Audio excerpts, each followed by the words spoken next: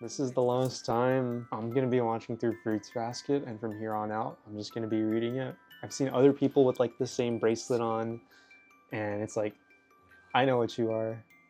You're a fan of Fruits Basket. Hey everyone, my name is Antonio Asai, and welcome to the Fruits Basket Prelude episode. This is recommended for viewers who have seen through all 3 seasons of Fruits Basket, and so here is a link to every single video that I've made in this series. As always, please support the official release, and if you guys like this video, please give it a thumbs up, and comments are always appreciated.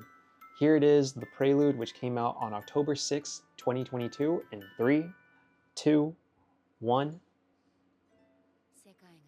Even if the world doesn't need me, I'll keep living for someone who does. Oh, this is more of the conversation that happened between Tohru's mom and Kyo. And I have my Kyo bracelet right here.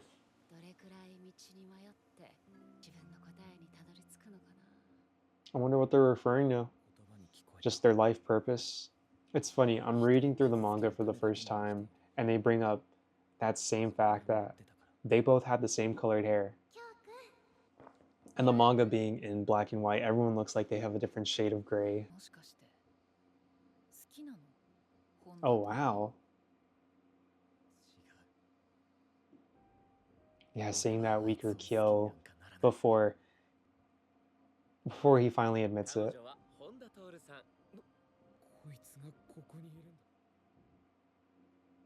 But yeah, as you can see, I have the manga volumes right there that a friend is lending me.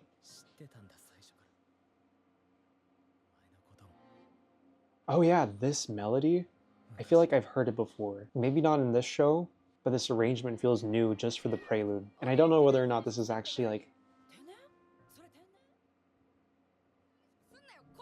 Do you think like she may have caught on to like his zodiac secret?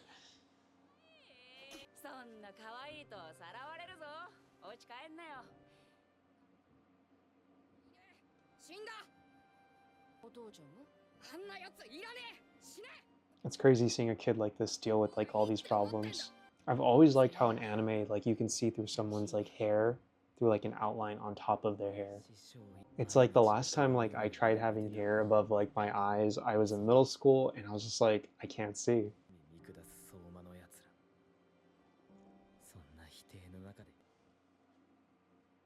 She welcomed him versus everyone in his family. Well, really it's his dad. His mom, we do know from season 3, didn't hate Kyo, but Kyo thought this about himself.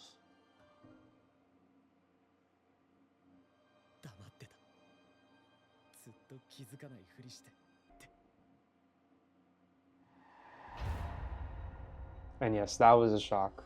This is a figment of his imagination of how he interpreted his mom to like think about him, but it's more of an extension of how his dad spoke to Kyo. Like the dad was more abusive to both members.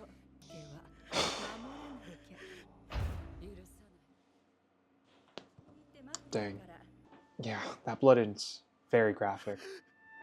And I guess that thought stems from like, if he doesn't lock himself away, he's gonna hurt Tohru, which is his biggest fear.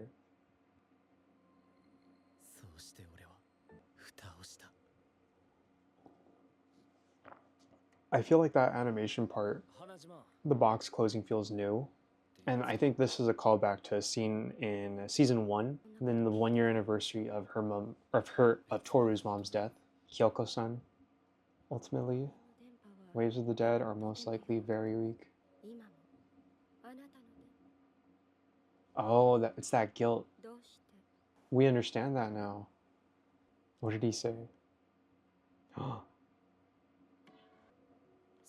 Did he ever tell Akito about like his guilt for Tohru's mom? I don't think so, but if he did, I'm sure that Akito, would definitely punish Kyo even more. And Kyo has such a good life with her. Season 2 with the beach house.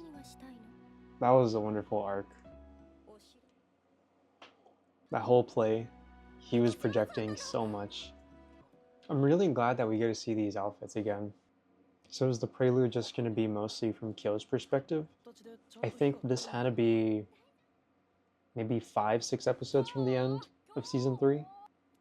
Oh no no, this is between like the season 2, season 3 finale, before he goes and runs out in the rain.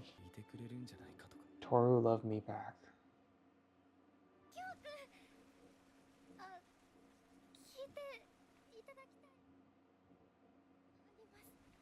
This is where he got out of business the first time around. Do you love me?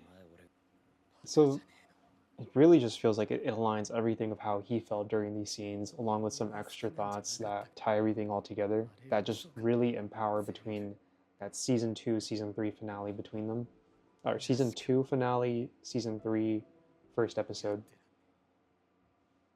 I mean, there were a lot of characters I felt like by the end of season 3, they didn't get a complete story. Like, everyone got their happy ending, everyone broke away from the Zodiac curse. But there were just a few minor characters that didn't get to finish with their resolution.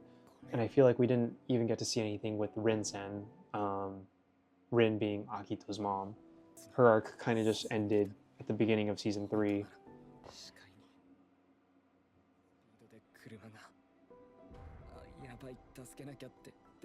Wow. She didn't hear the people screaming around her. I wonder what she must have been thinking. I mean, her daughter was asleep, studying the night before for an exam. Too tired to say goodbye to her mom on that day. But we know what she thought after that. She wanted someone to protect her little girl, and we know this part isn't true. She was lying in a pool of blood. Focus on that word, lying. Lies. She didn't say that. And we know that Tohru knows her mom more than anyone. It wasn't his fault. Yeah. Somewhat giving Kyo the benefit of the doubt, validating that thought, but still. Isn't there any way you can accept that I love you? No matter what? That line was so strong. Okay. That felt like the big impact moment right there. And we never got to see the monster form again. Like how he did during season 1's finale. Oh yeah, that Leon S. Kennedy jacket. That jacket's really cool. The accident between Akito and Tohru. Yes, okay, this is at a good point to watch it now. These scenes would have not had hit had I watched this prior to season 3. He's trembling.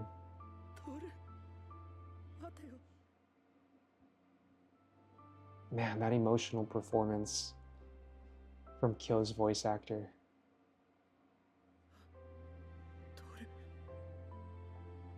Maybe people in Japan might have a different interpretation of it, but as an American,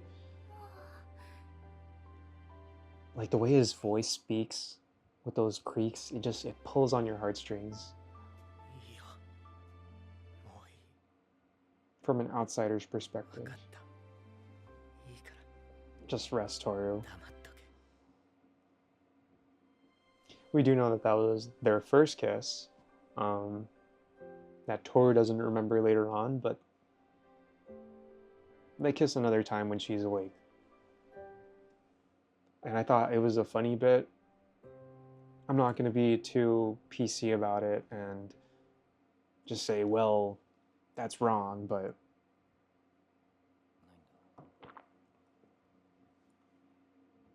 oh yeah, that's right, because Yuki did not know that he blames himself for the death of Kyoko-san.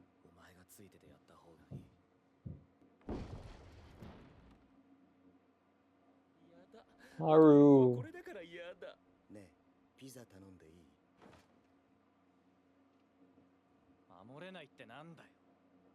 That like silent, like level-headed, can we order pizza?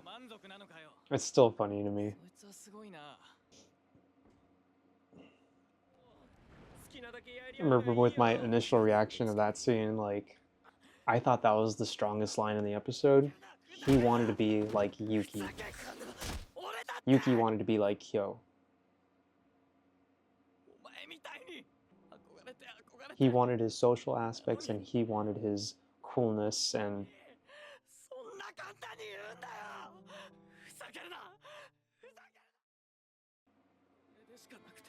I don't think they ever expressed how hard like they had it as kids. Yeah.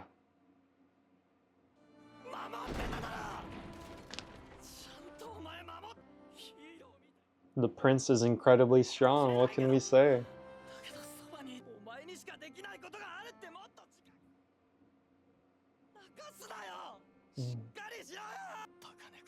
Me, the dumb guy who you admire, just gave you a prep talk.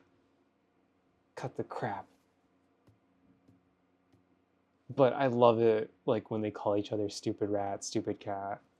It's mean, I know, but in a way, it's at the end of the series, it becomes kind of endearing. In that last scene between both of them in season 3, when she gets discharged from the hospital, man, and those stab wounds. Tohru is a trooper. She runs away. Man. Yeah, I speculated why she ran away, but in the end, I was wrong. Oh yeah, the smiling aspect is what she wanted out of that interaction between both of them. She didn't want to be crying either.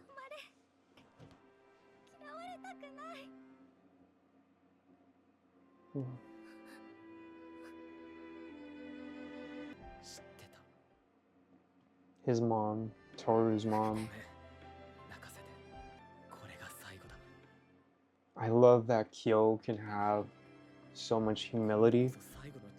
I think that's a great strength to have, and that he really wanted to grow, and he did grow by that aspect. And that's why Kyo's my favorite character. I don't even like Funko Pops, and I have a Funko Pop of Kyo that I got instantly like 5-6 episodes in a Fruits Basket.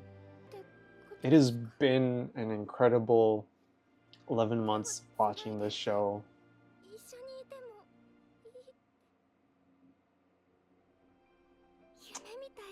Yeah, the way like the colors come and bloom around their kiss, her iris, just magic. They didn't need to go that hard, but I love that they did. Oh, now they're both embarrassed. Alright.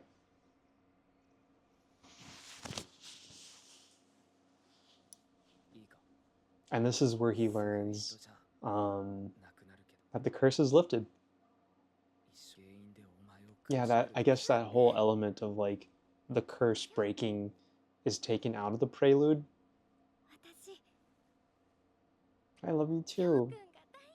Man, I'm like halfway into volume 1 and I need to like finish volume 1 and start volume 2. I'm excited to read through like all of like the extra stories that are in Fruits Basket.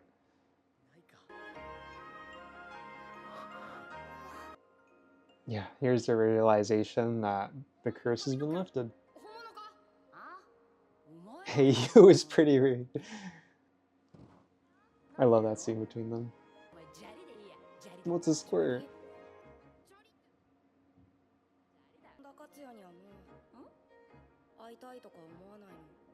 Here we go.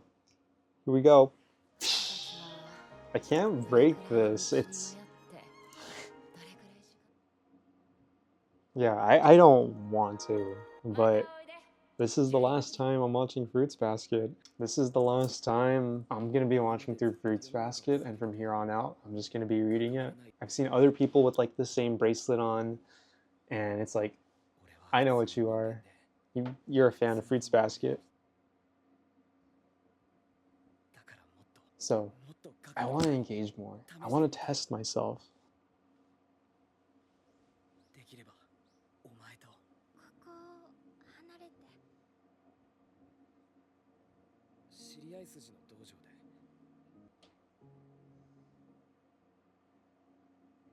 So that was his thought back then, around season 1, season 2-ish, and it looks like season 3 he was almost going to do that again. I mean, at the end of the day, we all like second guess ourselves. We all think what is best. I mean, he does have a black belt. He does benefit from being there. He can take out a lot of his temperament out on there, but still. he came to his senses at the end of the day. They fell in love, they had children and grandchildren. He didn't let what other people thought of him take over his life path.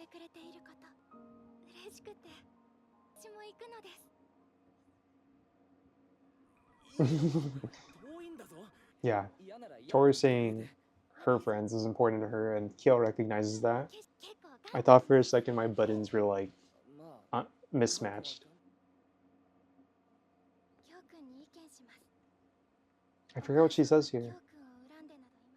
Yeah, that's true. She thought that then. Kyo couldn't internalize that in season 3, but in the end,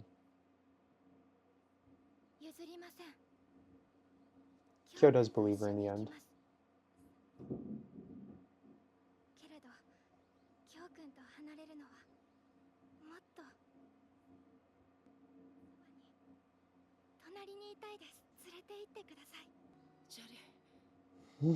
I love that.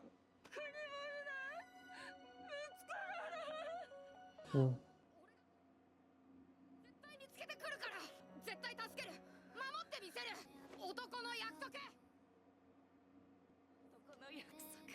A man's promise. Did he kiss her on the forehead? I forgot about that. Not in this scene. I forgot he made a promise. I know I'm late, but I'll protect her for life. Is that monster wearing pants? And why doesn't it look like a cat? That's besides the point. It doesn't matter. I am sure I will get my answers when I read the manga. I'm hoping, because that's what people tell me. So expect a lot more character development in the manga than in the anime, and I know so much that this production value team can do. The anime totally did a great job with this series.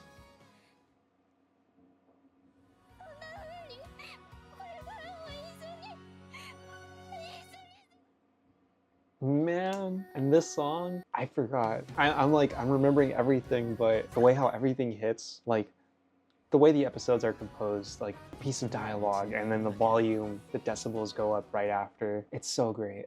The little Kyo Tohru scene, his cat form. Is that it? Oh.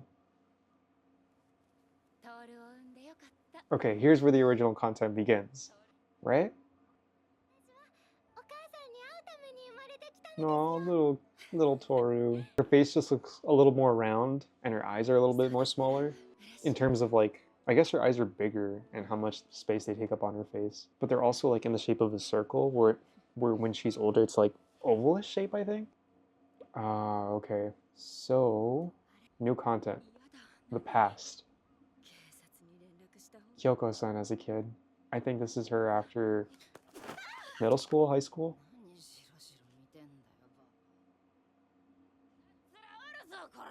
Wow. And I'd imagine she's around Toru's age, so of high school, I think, or junior college. Yeah, when she got into gangs.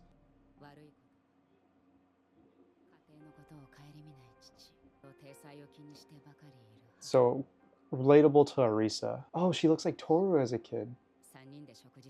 A sadder Toru. No hugs.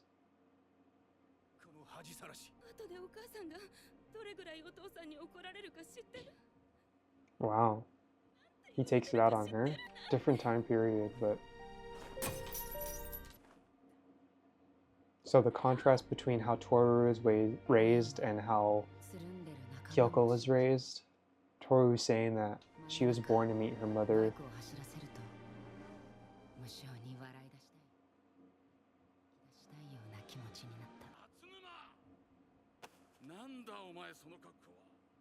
Distant.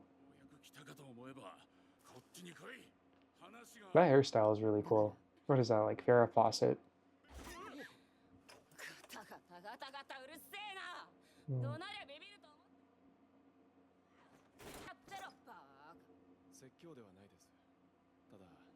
Ah.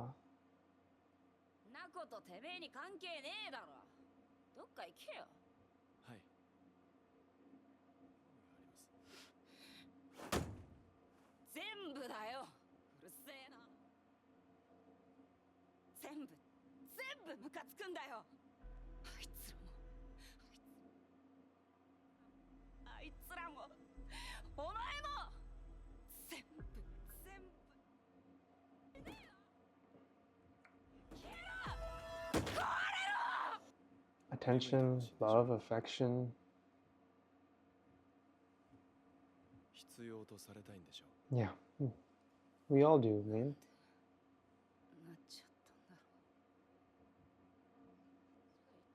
It almost looks like she has cuts on her hand on the inside.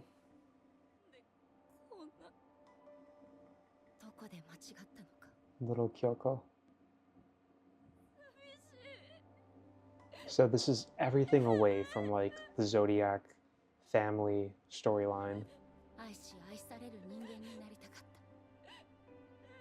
These are like the more real aspects of the world. He looks...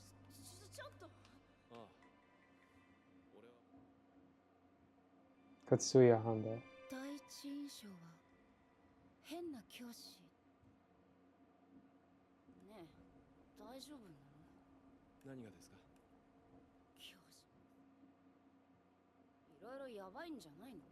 Kind of like Hatsuharu, or is it Haru? I'm a student teacher with no motivation.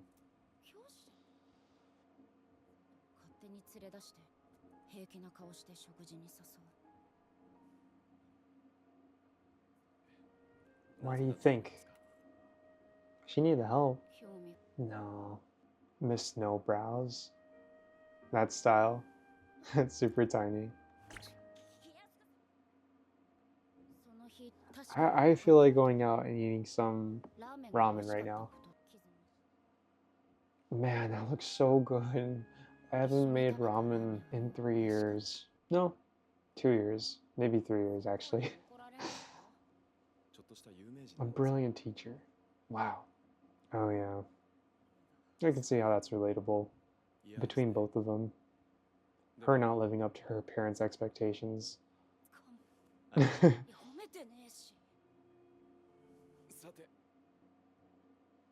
So it looks like they fall for each other. Dang.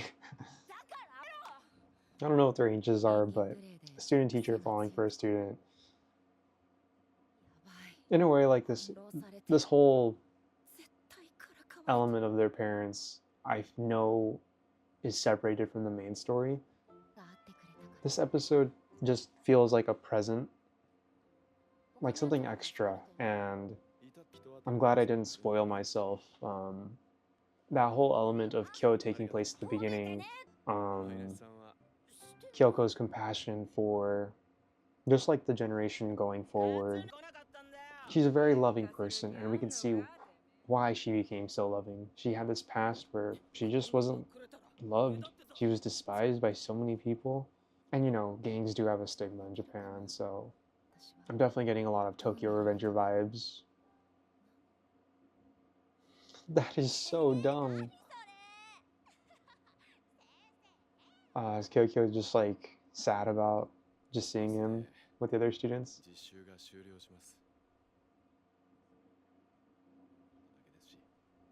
Okay.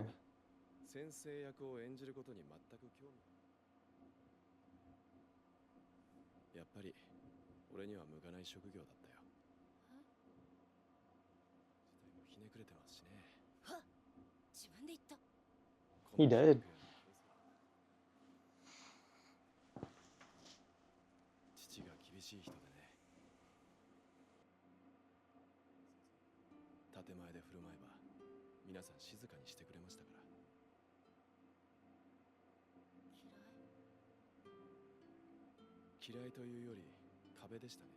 Hmm.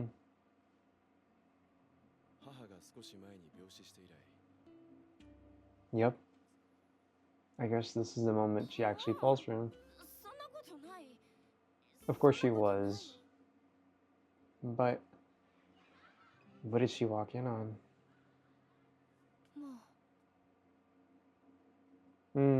She won't be able to see him. Okay. And she's sad about it. He almost looks like he has no eyebrows. Mr. No Brows. Scared to see what I've already knew, that I don't belong. I kind of like experiencing episodes like this, like a fast passage of time. This feels reminiscent of after she passed away, and they see each other at the shore in the afterlife, in that world where the sea meets the sky. I like that.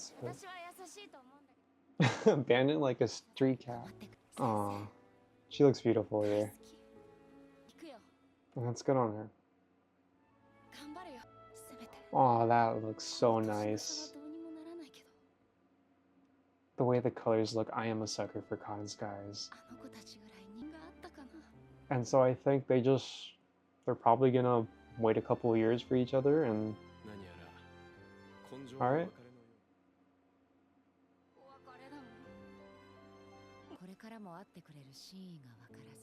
Interesting.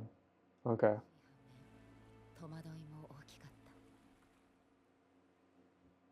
You know, it feels like it's like a real person telling like this account of like their past stories about this. Oh wow, pharmaceutical industry. He was rich. And so, yeah, it looks like they do meet up with each other after she graduates from that junior school.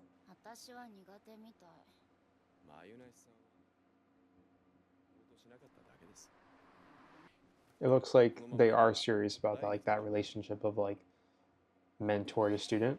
Oh, she looks exactly like Tohru, just with blonde hair here. That's funny. He likes all the changes. Oh, for leaving the gangs, yeah.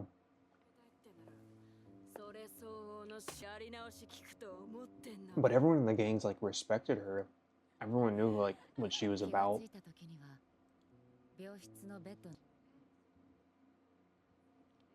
Oh, and interesting.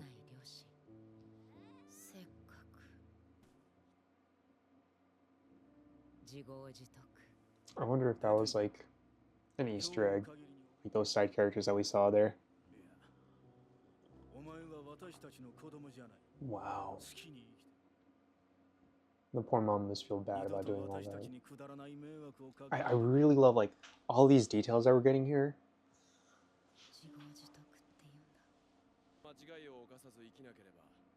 Was he just waiting outside the entire time?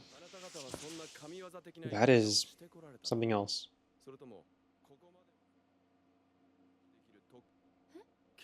Oh wow. The parents almost showed like an amount of like care for their daughter, even though they were kicking her out.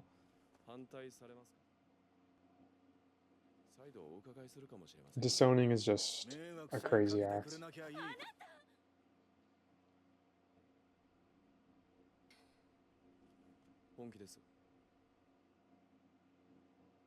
I'm sorry. That's how my proposal happened. Her family just got really mad that she was involved in that gang fight. And she wanted to leave, and she can't even explain that to like her own family.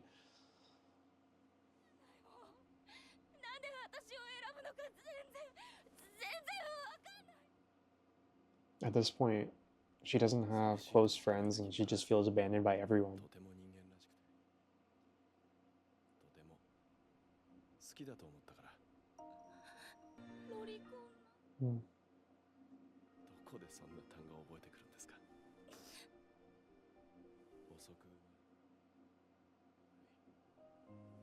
It's funny.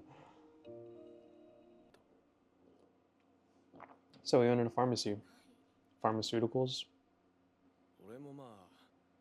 What are they walking into? A wedding? Oh wow.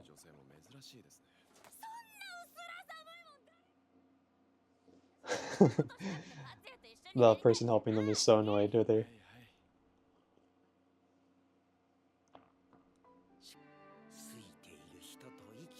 There's no greater happiness than getting to live with one you love.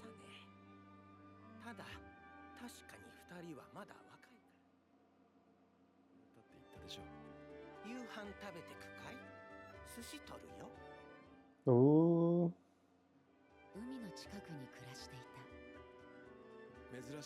That's sweet. She looks more and more like Tohru. That's crazy.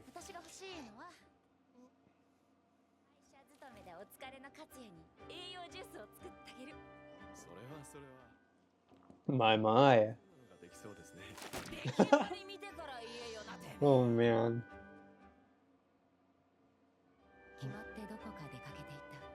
This is so great. I love this show. Oh, that old nickname.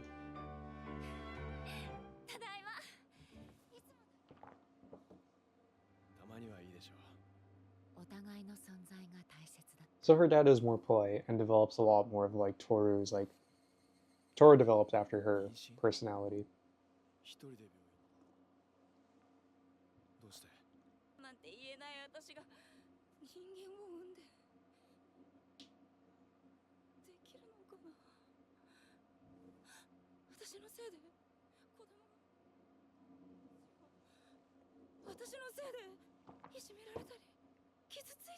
So who's the father?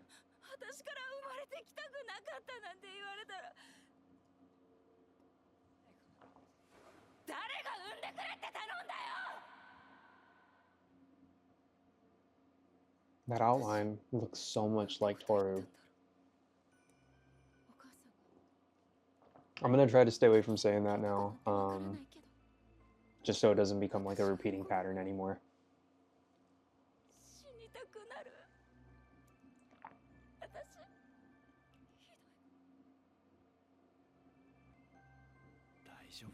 He's getting a call from a telemarketer. Hell no.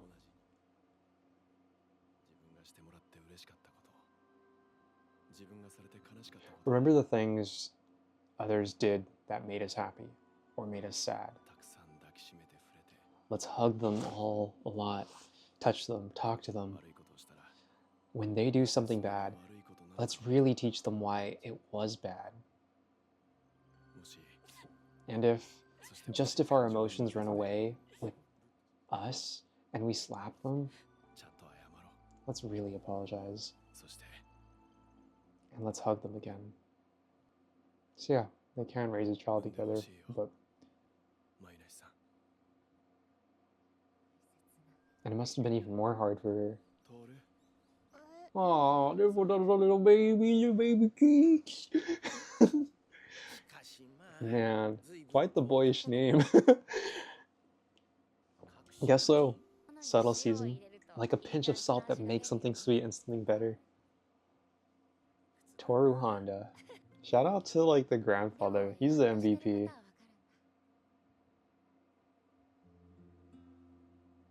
Oh, his eyes. We rarely see them.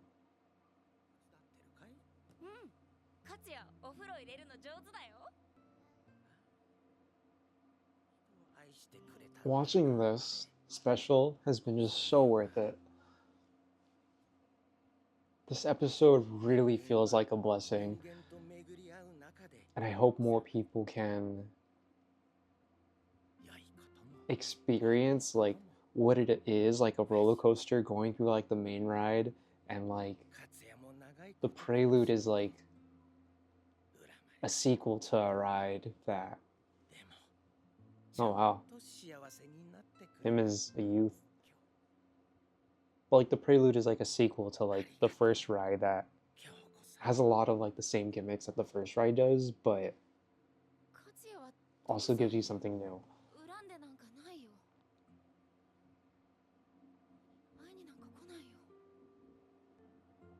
Aww.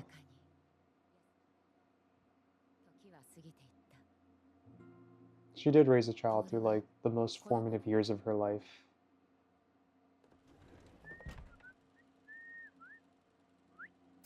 With her dad too. Aww.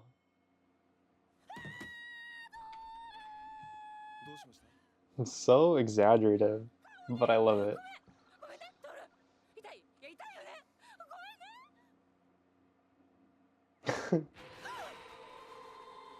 But that sparkling background.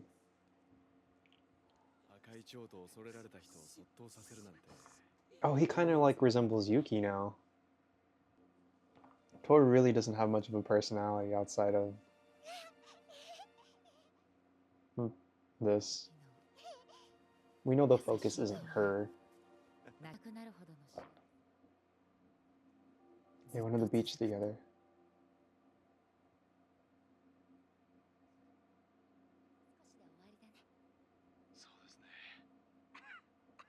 Oh, he's coughing? Aww. Oof. Tohru more siblings?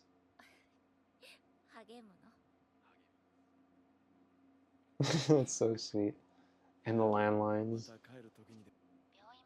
You know, if they remade this show again in another 20 years, the parents would have had to have lived their lives around this time period. And by now, everyone would have already had, like, smartphones. But, like, since this episode came out in 2022, it makes you feel like the parents lived their lives throughout the early 2000s.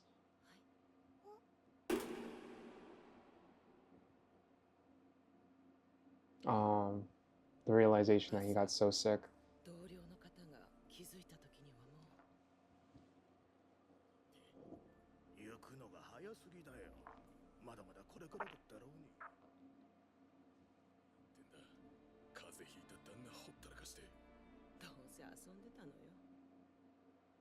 Hey. That's so messed up. More. I want them to attack me more. Man, when he's not around, Katsuya, she's just very hard on herself.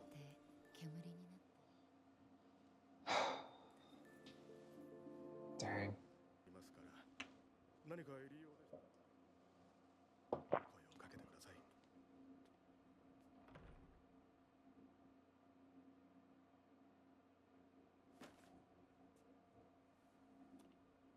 I don't think we've ever seen that, like, younger picture of Tohru.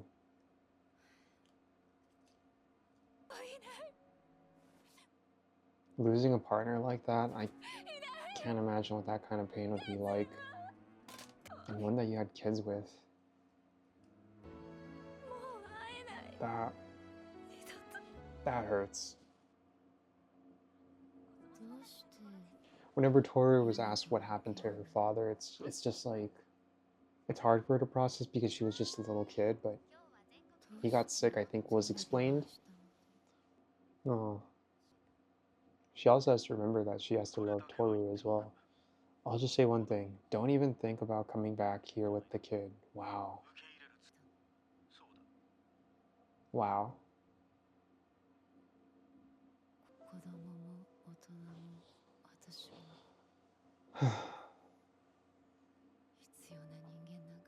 Like, this episode has so many different color palettes, so many different sky palettes. This one feels very unique. We don't see this one a lot. The dusk, the day almost ending, the light of her life gone, and so with it this day. A red cityscape. I don't think we've seen Kyoko like this sad in the show ever. Welcome home. She's never gonna hear that again. That's not true though, she has Tohru. And Tohru develops a lot of her dad's mannerisms. I think because of that. Croatia. And Egypt. Huh? A ghost whisper? Oh man, mindlessly walking out like that. You know, I hear things about people doing things effortlessly when their minds are not in the right space. Wasn't she also just saying she can't raise a little girl?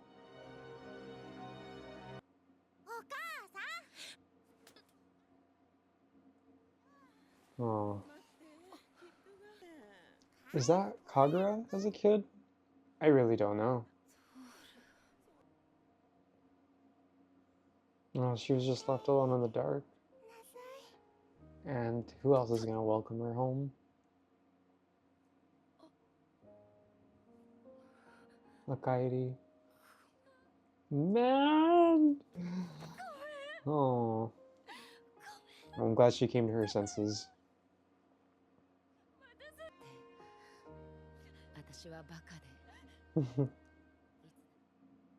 Aw, she held her tight. Yeah, screw her parents. Did she say all that to Kyo? And that's just how she feels.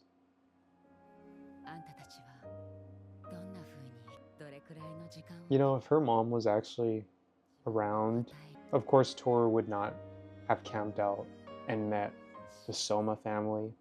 But like if they somehow managed to like meet, because they eventually did get transferred into the same school, Tohru, I pray you'll be happy. It would have been interesting seeing how like, oh, have my daughter back home by like 8 p.m. and like they would not have gone on those like night adventures. There's sometimes a magic and like when media and like animation features a young protagonist without any parents, but there's so much good writing around this. The mystery of their parents. And now we can actually see his face. That is so nice. Is this how it ends? The CG, wow. Aww. Is this an older Tohru? She looks happy. The little eyes. Almost looks like Kirby. Ooh, fresh. Yo. Aww. Welcome home has an entirely different meaning. It looks like this is like a continuation, but before like they get older. That's sweet. Fish. You dumb cat. Man.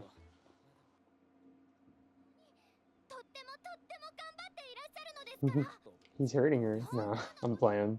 Wow, his hands are so huge in comparison to hers. Is that a wedding ring? That was such a subtle way of addressing that they're engaged or married. Dude looks bulky as hell. Aww. Yeah, they're definitely older.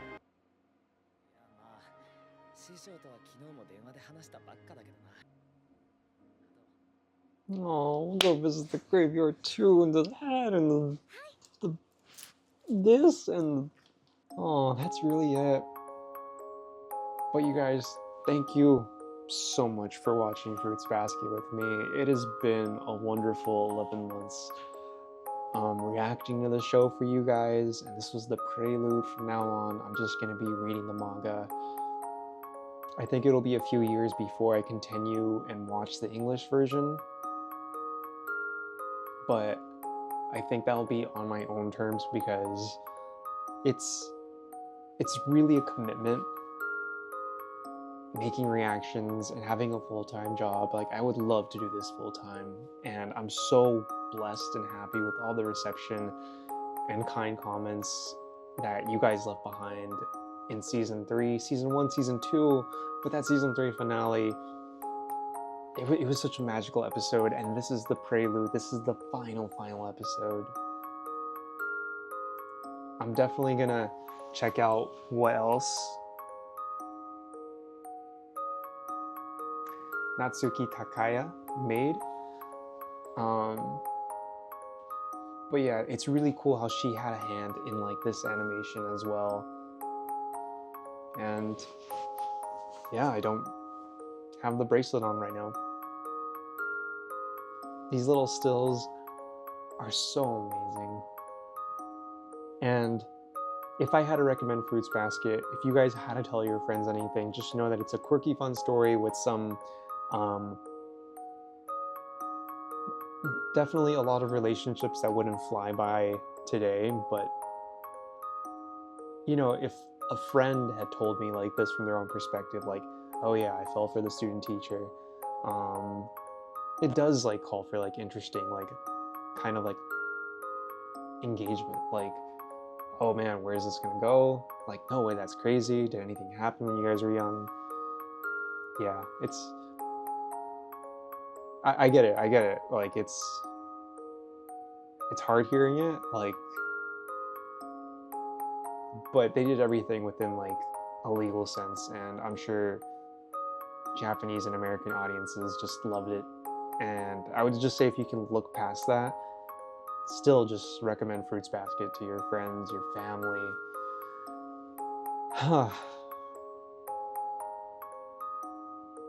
This is a nice song.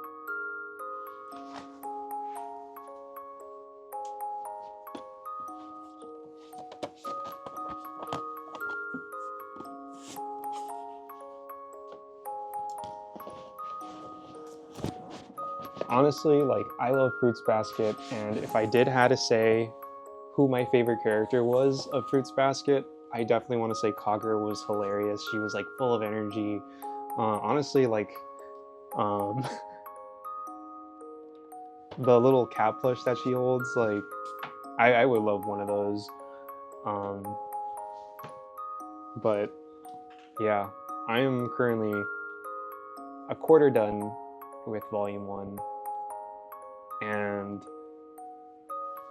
from what I think of the manga right now, I think that Tohru speaks with a little bit more confidence in her voice, like that, those little side comments, I love that kind of stuff. And it feels a little bit more mature the way I can interpret the characters' voices, because I don't think about that politeness, and maybe that wasn't something that was thought about until later on in the series, and then when they adapted the show. And then I think from the adults, I think Hattori, which I did confuse his name earlier in the episode for someone else, he's also another one of my favorite characters because of his backstory and how he does get a happy ending. But yeah, that's it. You guys, thank you so much for watching Fruits Basket with me. I hope that you guys continue to be kind to yourselves and one another. Please remember that. Thank you for being a part of this journey. Of course, you don't have to stay with me through this YouTube journey and what I'll do next. But if you guys ever want to talk to Fruits Basket with me, here's my email down below if you guys are interested.